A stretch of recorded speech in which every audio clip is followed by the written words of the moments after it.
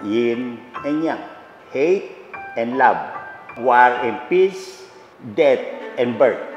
Lahat yan magkakaugma, balanse yan.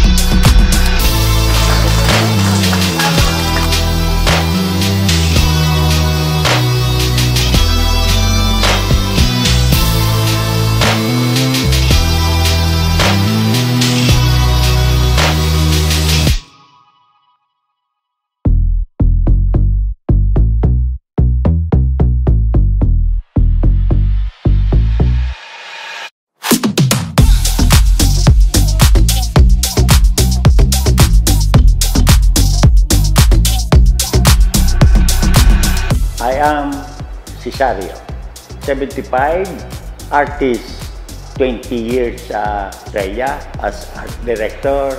Nag-aral ako sa University of Santo Tomas, College of Architecture and Fine Arts. Ngayon, after 60 years sa advertising, nag-retire ako, doon ako nagpinta. Karamihan ng painting ko, 3x4 feet. Wala akong direksyon kung magpinta. Pwede kong umpisahan sa gitna, pwede sa baba, sa taas o ano. Walang direksyon.